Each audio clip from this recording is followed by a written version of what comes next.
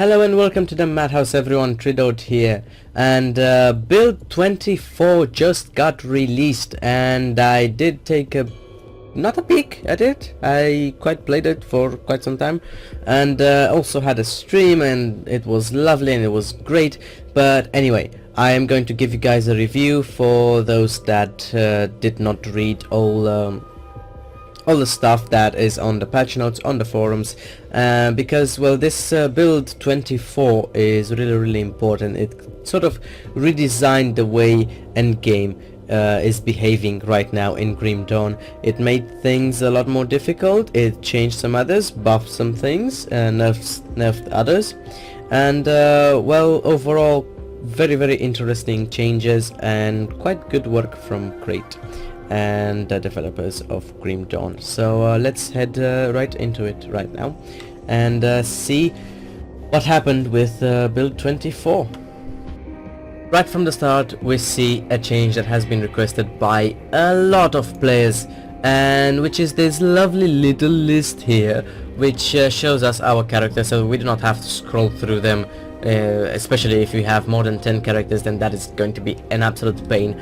So well, they listened to us and added this lovely list here. So instead of creating a character that was here sort of ish before, right now you can click here and you can actually delete characters and do all sort of stuff in here. First things first, Act 3 Chapter 2 got released, and that is huge. That means more content, more stuff, more quests, more everything, more fun. And it is quite the same length as the first chapter of Act 3, maybe a little shorter, a little bit shorter, but they gave us a lot of new zones, new areas, really important areas, and we're going to talk about them right here. So we have major new features. The second chapter of Act 3 is now available. You can now enter Homestead and engage with its denizens, venturing forth into the lands west of the settlement. The first stage of the faction overhaul has been implemented. You can now access the faction window for information on the factions you've encountered. The faction system will be fully fleshed out in build 25, so we do have to wait a little bit for build 25 to come to get the full picture on factions, but we do know quite a lot about them already. With this update to factions, vendors now offer discounts based on your faction status, and I think that can go quite high, pretty damn high. I saw at least 20%, and I know that is not maxed. Also, the main screen has been updated with a character list for improved character selection. Lovely. You guys actually saw that. So, on the art part, we have added new effects to Flashbang, Canister Bomb, and Canister Bomb fragments to improve visibility while in air. So that is quite visible. I did test that out, and they did change it, and it is more visible while in the air. We also have updated several textures for the prison building in Devil's Crossing and updated wood bridge texture. On the animation side, we have wasps. Meshes no longer stretch upon ragdolling, and same goes with skeletons. Concerning tech, we have character sheet DPS has been updated to better reflect the number of attacks performed per second. This has no impact on actual damage output. We also have resistances on character sheet are now appropriately reduced when hit by resistance reduction type attack. And we have fixed the bug when only hovering between items would not update the DPS change calculation. We got items which have fallen through level geometry should now be placed back on the ground after a short period, for all of you guys that are complaining that your items just disappeared through the ground and now you cannot access them anymore, which actually happened to me on quite a few occasions. We also have move to hotkey command will move towards an allied creature. Not a big thing. Ether ray and conflagration are no longer blocked by friendly targets. This thing is pretty big. And we have improved skill targeting for many ranged skills. Casting a skill while in the process of being trapped will no longer interrupt that skill and prevent other skills from being cast. So this little thing here is very important. This has been a source of frustration for me, a big source of frustration for me, and now it is fixed. Also, slightly shortened skill not ready message uptime, improved performance of UI rendering by eliminating some memory trashing scenarios, and stuff like that. So all good on the tech side. We are going to go now into the game side. On the game side of things, well, it actually becomes quite interesting and quite important in here. So we're starting off with veteran difficulty bonuses on enemies were increased. Okay. We also have increased basic attack damage on many hero spawns, rebalancing enemies of normal that will also affect veteran. There have been both global and individual adjustments, primarily damage, movement, offensive ability and defensive ability have been adjusted to make combat feel a bit more dynamic with higher hit variability. So things are getting a little bit difficult here. All of you complaining that veteran is too easy, and it was too easy. Well, it's getting a little bit more difficult, and with what's ahead, it's going to get even more interesting. So many enemies have been given a pursuit dynamic where they will run up to the player at full speed but then revert to a slower run walk as long as they are within a certain radius of a player, and then it goes on about the mechanic. So basically enemies are going to rush to you much faster than they did in the past. Reduce the rate at which damage drops off due to low offensive ability relative to target affects both players and monsters. So there you have it. Some monster spawns tighten a little bit so that on average you'll tend to see some packs spawning closer together with a bit more of a gap to the next group of enemies. We also have increased character name size to 24 characters if that is for you. We have removed percentage reflect from thorned horrors, pierce retaliation increased to compensate. So the little things that you see, they're not going to reflect damage anymore, so that they're safe. You can go all out on them. We also have reduced frequency of stuns from Grubblestone clan Geomancers, so that annoyance, that nuisance is out of the way now. And Physique now confers life regeneration at a rate of 1 point, but 25 points of Physique. 25 points of Physique is quite a bit. Beyond the starting 50, we also have added new critical damage bonus that can appear on skills and rarely on select epic items. So basically critical damage was introduced. The values of the default critical damage bonuses have been reduced to accommodate this shift. We have increased the PvP damage penalty to 70% up from 50%. So if PvP is your thing, then right now this is a good change. This will become a little bit more manageable for PvP players. And skills that do 100% weapon damage now say so on their tooltips, was previously hidden. So that's pretty much it on the game side.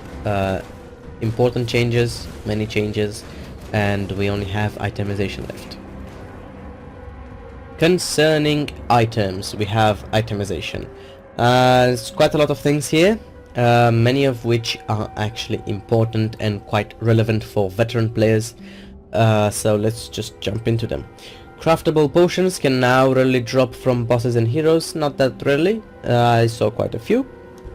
We also have debuff effects applied via percent weapon damage, for example, reduce target resistance, which is why people went with Plague Bearer, Mark of Drake and so on, are now capped at 100% weapon damage. This means that skills that deal more than 100% weapon damage will no longer amplify the strength of these effects, which is huge.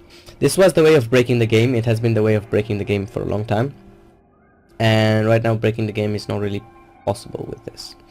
The game is still pretty easy to do with a lot of offensive ability, with a lot of items, but what do you know? Let's read a little bit further and then we can talk about this. We also have two important changes to two particular items. Physics utility pack has been redesigned. This belt's versatile +1 to all skills was difficult to pass up for many builds and stifled selection in that gear slot. For the same reasons as 360 Utility Pack, the stats on the Mask of Delirium has been redesigned. So there you go. These two items no longer give +1. Especially the belt. The belt is a huge hit for most builds. We also have updated the stats on possessed human, monster, infrequent MI items. Some of you know what I'm talking about, some of you unfortunately don't. So if you do not know what MI items mean, then you should go and do some research. This is quite an important thing.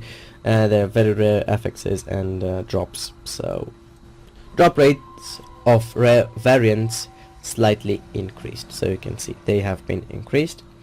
We also have reduced offensive and defensive ability values on the prefixes Paladins, Seraphims and Generals. You can see the changes here. And slightly reduced % total damage values on the prefixes Tyrants and Officers. Replaced % total damage on the prefix Generals with bonus physique. Very important, this one. So they did not like reduce it, they just replaced it altogether. Okay, removed bonus % offensive ability from the prefix Menacing. Reduced poison resist values on the prefix Incorruptible. And this is the big one, this is the big hit, be prepared for it. The suffix the Drangul has been split into an armor only version and an accessory only version. This suffix ended up being slightly over budget on accessories and significantly over budget on armor and required adjustment. The offensive and defensive ability values on this suffix has been reduced. Unfortunately, the split is, well, there's not retroactive, so accessories already rolled with the suffix will have lower than intended values. So you guys can see the changes right here. It is a big deal. It is a big deal. Basically on all my characters I've lost at around 250 offensive and defensive ability. And that hit a lot of builds that used these particular items of the Drangul. So let's go further on here. This is not everything. Reduce the offensive ability values on the suffixes Onslaught, Oleron's Wrath and Shadows. Replace the cast speed on the suffix Voracity with attack speed and slightly increase the values. Slightly reduced % cast speed on suffixes Fervor, Ferocity, Wildfire and the Defiler. Reduce cast speed on Torrents. Slightly reduce total damage and attack speed % on the suffix Onslaught. Slightly reduce total damage on the suffix The Oracle. And it goes on and on how they nerfed certain affixes. We also have updated the Ether Cluster consumable. So right now it grants 75% damage absorption for 10 seconds instead of 90% damage absorption for 5 seconds.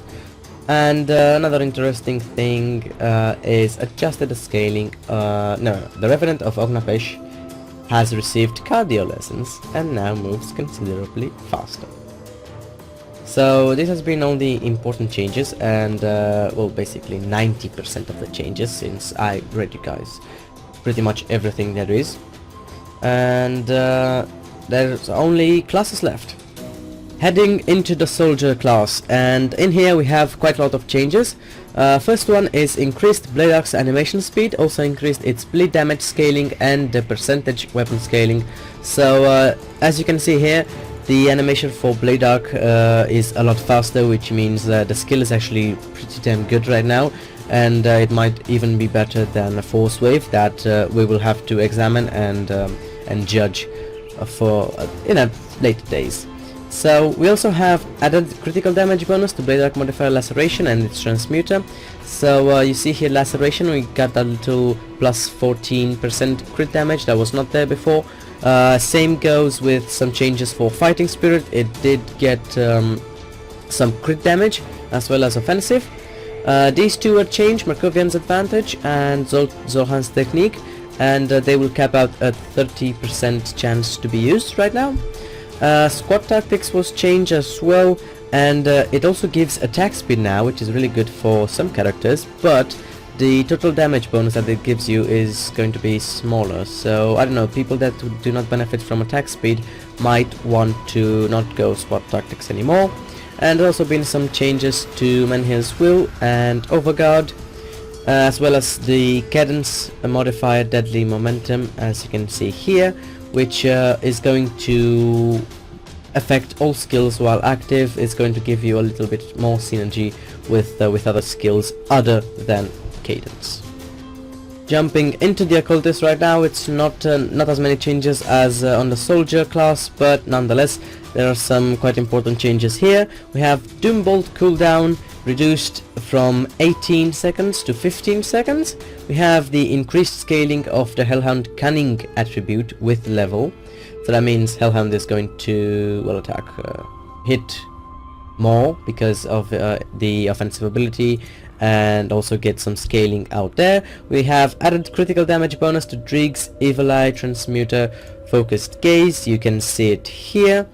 And also this little thing got its name change from Devotion to Manipulation. And that's pretty much it on the Occultist side of things. Going into the Nightblade right here, Phantasmal Blades was hit quite a lot, and there are plenty of things going on the Nightblade class. And well, let's see. Reduced Phantasmal Blades % weapon damage scaling through max rank by 4%, but added it to the ultimate ranks. So if you are going for ultimate ranks, then that's not big of a hit. But the % weapon damage penalty on Phantom Blade Transmuter Frantic Throw has been increased, and also increased the conversion rate of Pierce to Vitality. So you can see it here. And also Heartseeker does not have a 100% chance to pass through enemies. It only has, I think it's going to be 65 at max level, and as I had it at 10, it would go through all enemies, but that's no longer the case. Now has a % bleed duration bonus. The attack damage converted to health has been reduced, and the % bleed damage increased. Also, concerning the Nightblade, reduce Shadow Strike's % weapon damage at the first rank, but increased its scaling up to rank 5 until it catches up to the original value. So, where is Shadow Strike? Yes, it is Shadow Strike. Also added critical damage bonus to the Shadow Strike modifier, the Nidala's Justifiable Ends, and also added critical damage bonus to Amarasta's Quick Cut. And we also have added a chance to greatly increase critical damage to Lethal Gambit. And the Ring of Steel Transmuter, Ring of Frost, this thing here, has been changed a lot. So instead of reducing pierce damage and increasing cold damage, it converts 75% of pierce damage to cold. However, one class that was really buffed is the Arcanist, and we went into the Arcanist right here. We have Etherray. Etherray now scales with cast speed, dealing damage more frequently at higher cast speed. The base damage interval has been increased from 0.25 seconds to 0.30 seconds, so if you do not have any cast speed, then it's going to be worse. Keep that in mind.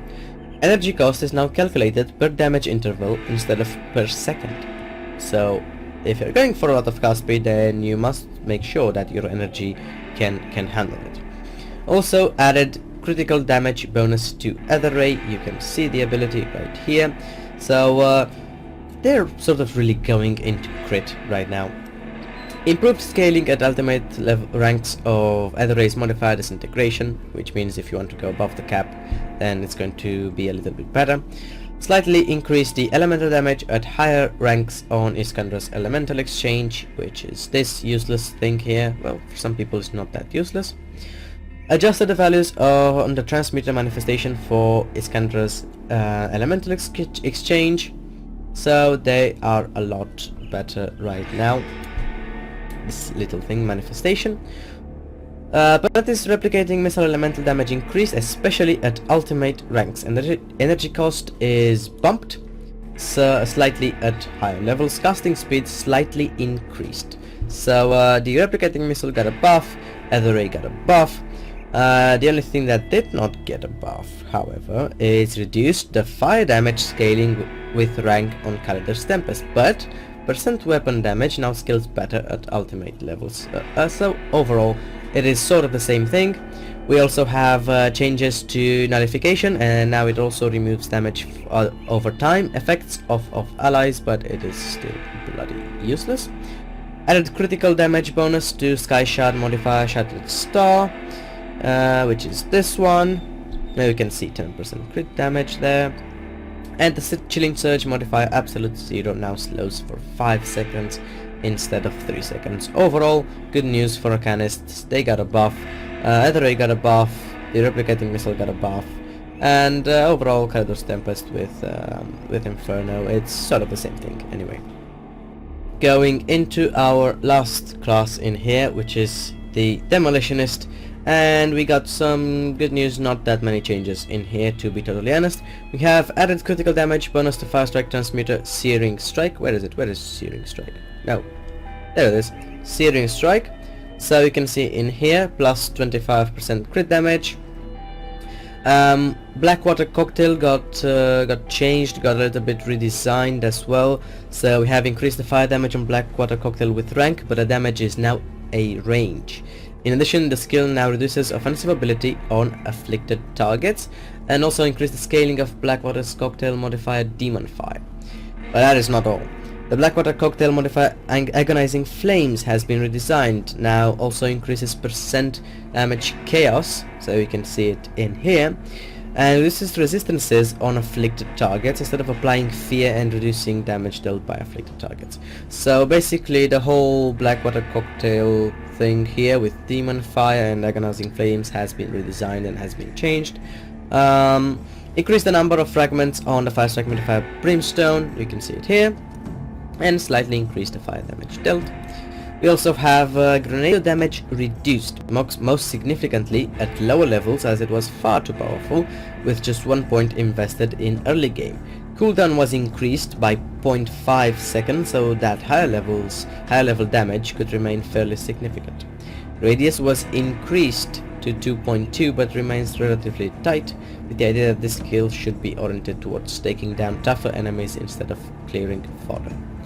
So we also have increased fire damage scaling with rank on termite mines, and that is pretty much it. So overall, sort of good changes. Grenado got a little hit. Some would say worthwhile, but still it's not a skill to use, especially if you want an optimized character. But nonetheless, this works, and these has been all the class changes. And with this, well, we only got one more thing to talk about with build 24. So we saw a whole new chapter got released. We got a lot of new content to play and a lot more quests, a lot more fun. We saw the downfall of the Drangul affix, not really the downfall because it is still the best thing out there. We saw the first implementation of faction rewards in the form of vendor discounts. And well, what else? We got some new types of armor and weapons introduced. These were not featured in the footage because well, I actually lost them, but there are new types of armor and weapons. So what else? Some classes got buffed, some classes got nerfed a little bit, few builds got quite hit. But well, the main thing that this particular build brought us is the introduction to factions, and at the end of everything, at the end of all the quests, you guys will have to choose between Kimon's Chosen and the Order of Death's Vigil. So this choice is really important, as you cannot go back with that particular character. You guys should do some research on these particular factions, what they can offer you, what the other can. So well, really it is based on the build that you are playing and the particular character, because they are going to give you augments, and with these augments, well, you can improve your character. But if that is really not the way you are playing, if you're not really looking at all that, if you're looking at the story, if you're more of a casual player, then go ahead, choose whichever one you like, choose whichever story that you feel that you belong to, and well, that story is going to shape your game experience.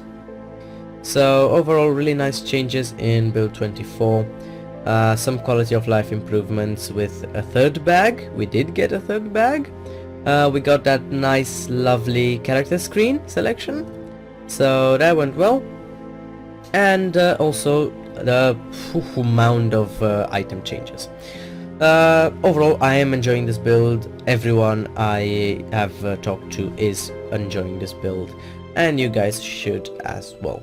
So thank you all for watching. This has been already a lengthy video because well, the patch notes are quite something, and I did want to be very thorough with them. So I hope you guys enjoyed it, and I shall see you all next time.